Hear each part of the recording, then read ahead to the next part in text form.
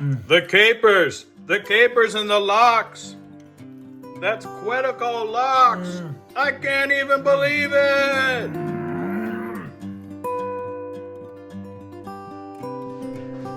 Joe here in the Paddle and Portage kitchen. Yes, that's right. It is start of the end of winter in a way, and we're gonna celebrate that rather than this sort of lamenting of the transition into the shoulder season. We're gonna celebrate it by making some locks today. So we got some lake trout that we caught in Quetico Provincial Park in late March 2026, and we're gonna turn that into what's called locks. So raw fish. Maybe you heard locks in a bagel, cream cheese, all that. That's what we're gonna be doing with this lake trout. I wanna say right out of the gate, just for safety reason, did a lot of research on how to do this process, and by far most of the people who've done this with lake trout from the Boundary Waters or Quetico or wherever people catch lake trout is to freeze the fish for a week. That kills any chance that there's a parasite or some unwanted thing in the meat, in the fish. Put it in the freezer for a week. I've done that now, pulled it out, it's thawed, and now we can start this process of making locks, which involves a dry brine, which we have right here. It's a 2-to-1 sugar to salt ratio. So 2 parts sugar, 1 part salt, and then we're just gonna rub that on the fish, put it in the fridge, pull it out in a couple days, and we'll have some locks. But let's get this dry brine going on here. Really want to just pat it in, get it all up in there, like generously spread it on here. Look at this beautiful lake trout from Quetico.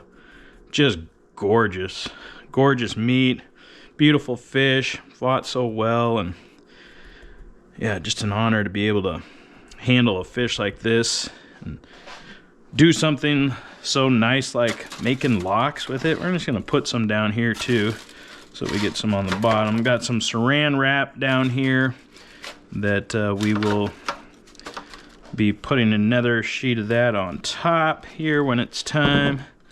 Let's move this beautiful piece over here. Make sure that's good on there. Yeah, look at that. Getting all up in there. You can already start to see it kind of taking on into the fish. Wow. This is so beautiful. I love lake trout, and I had some locks. I was down in another state in early March. Went down to see the San Antonio Spurs play, actually. And that was a hoot. So while I was down there, I had some locks and a bagel. And I was like, gosh, I think I could do this with lake trout. You know, why not? So that's sort of the genesis of this whole thing. How this came to be to make this. Yeah, not being shy about how much we're putting on here, obviously, because that's where the flavor is going to come from. And kind of the key to this whole thing. I'm going to throw a little more salt on top here before we're kind of said and done. Gosh, look at that. Looks so good already. Stunning. Okay, yeah, that's feeling pretty good there, I think. Really is soaking into this fatty part of this big chunk. That's just one lake trout there. And that's looking pretty good. Might as well use it up, right? All right. So there's that. Like I said, I want to put a little more salt on here, just for good measure. Make sure that ratio is okay. All right. We'll get some more saran on here.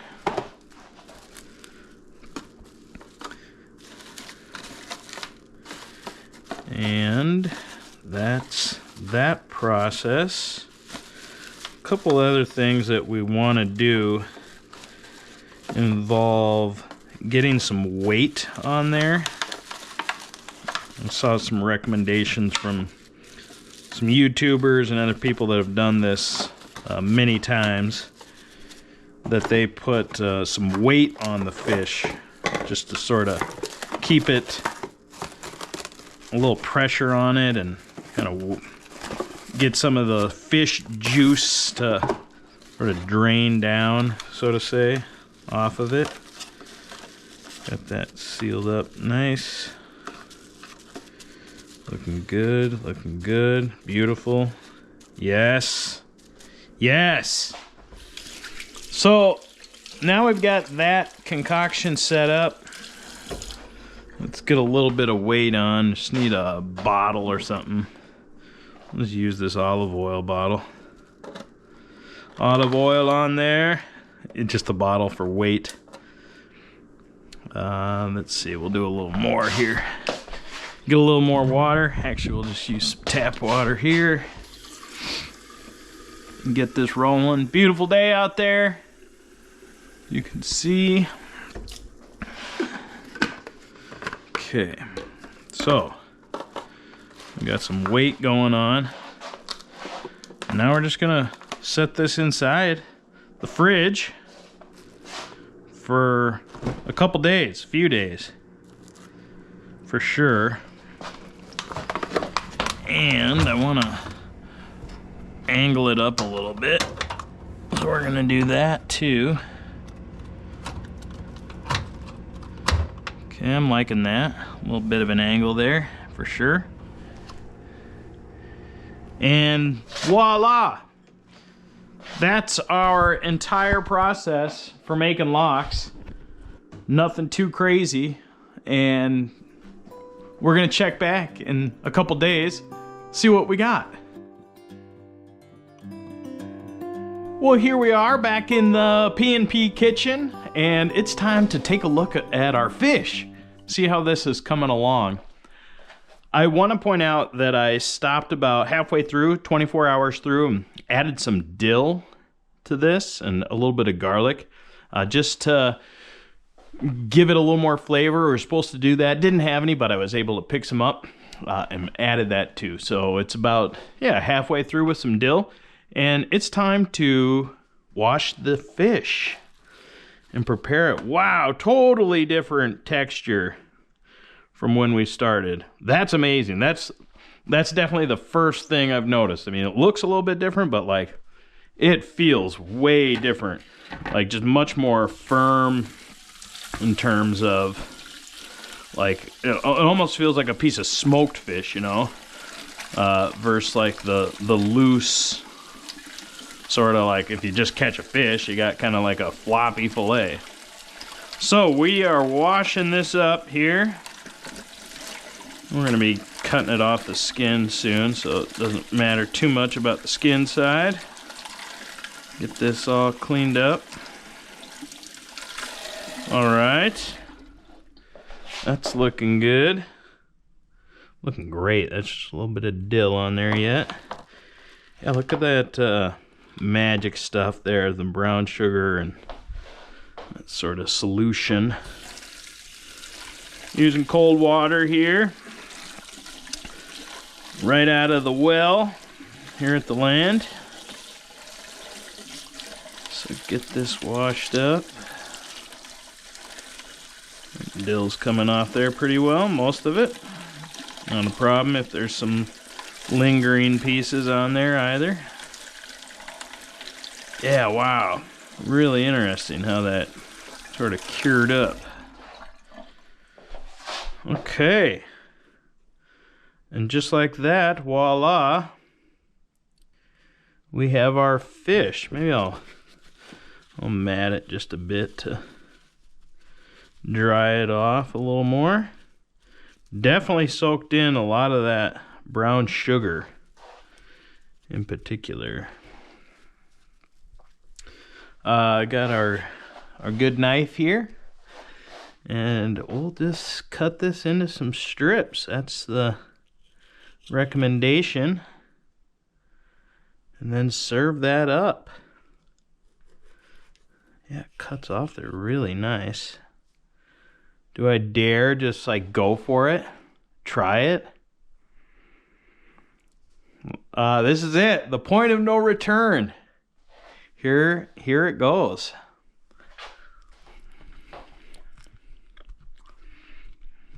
Mm-hmm. Mmm. Yeah. Definitely has a bit of a fishy taste, but like a sugary, sweet fish. I mean, it tastes kind of like trout, but yeah, you can totally tell that it had the brown sugar on it. Not in an overwhelming like, oh, this is candy.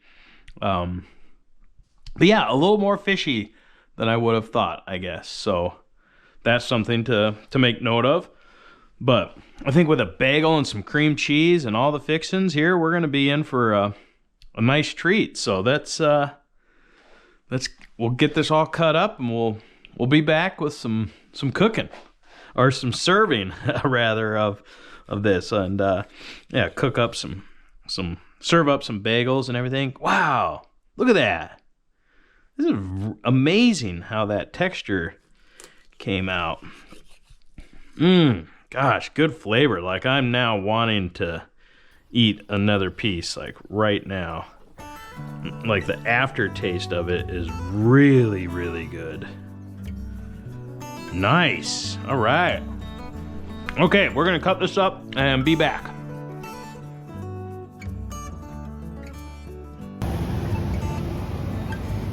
Okay, we're just pulling into Ely. Need to get some bagels to go with the lox. Swing down to the local coffee shop there across the street from Marais and pick up some bagels. Hi, do you have can I get some of these bagels, like two plain and two everything, I guess? For sure. Sweet.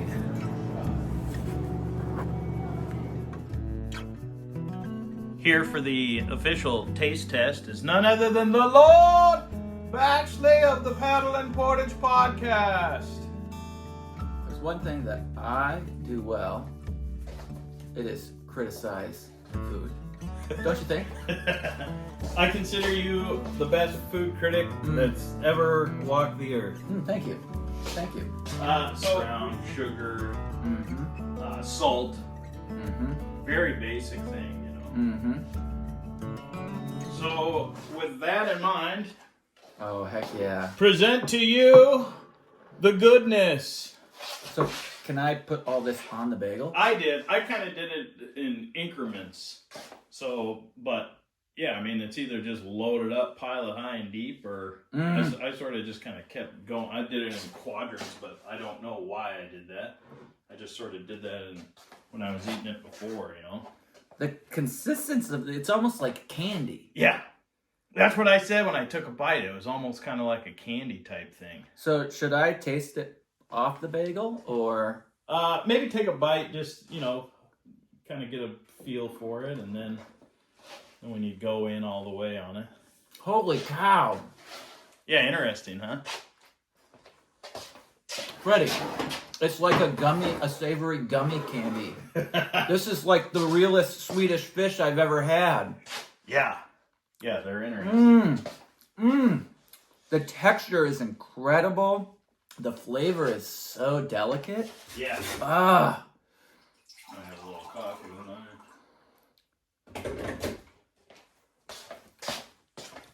It has that just the right amount of the fishiness still. Yep. Yeah. I also made that observation. I think maybe because I wasn't as prepared for that. But then when you sort of get into all of it, it really, it sort of starts to make sense, I guess, for lack of a better way of describing that. You got something to drink there. You're good on everything you need. I feel so good and excited for this.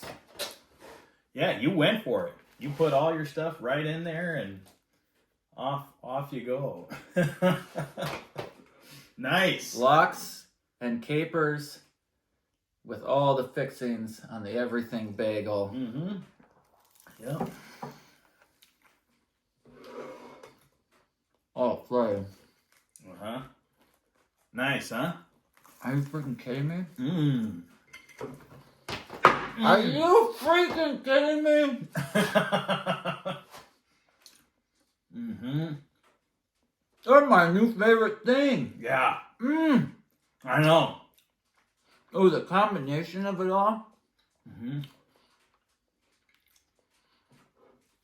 That's what I mean. If that fish really gets accentuated now and sort of makes it Yes. with the dill and the capers and the onion. Mm-hmm.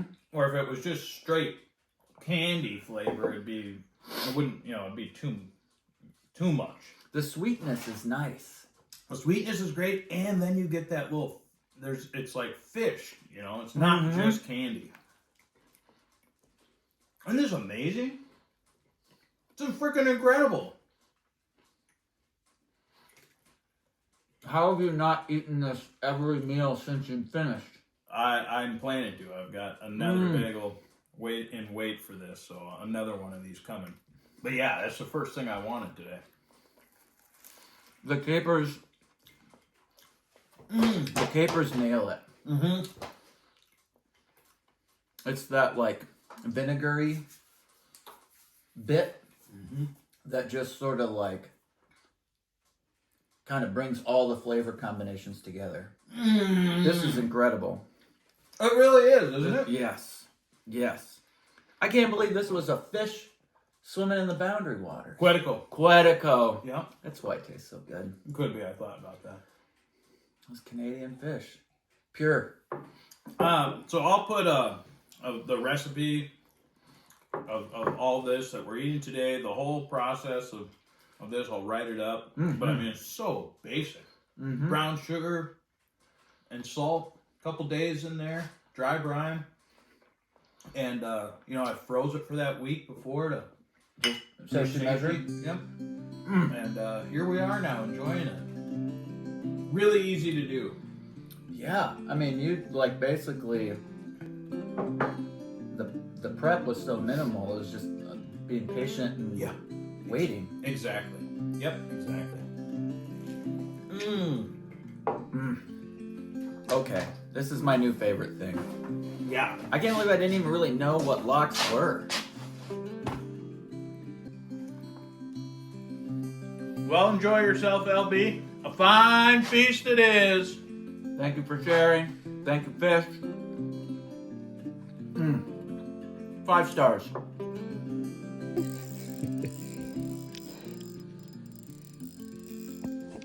Chad wanted a break in the old wall, ladies and gentlemen. We found it. Nice fish.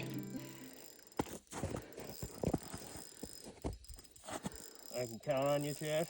Yeah. You want me to get her? Oh, baby, Chad. That's a nice fish. Holy cow. Chad wanted a break in the old wall.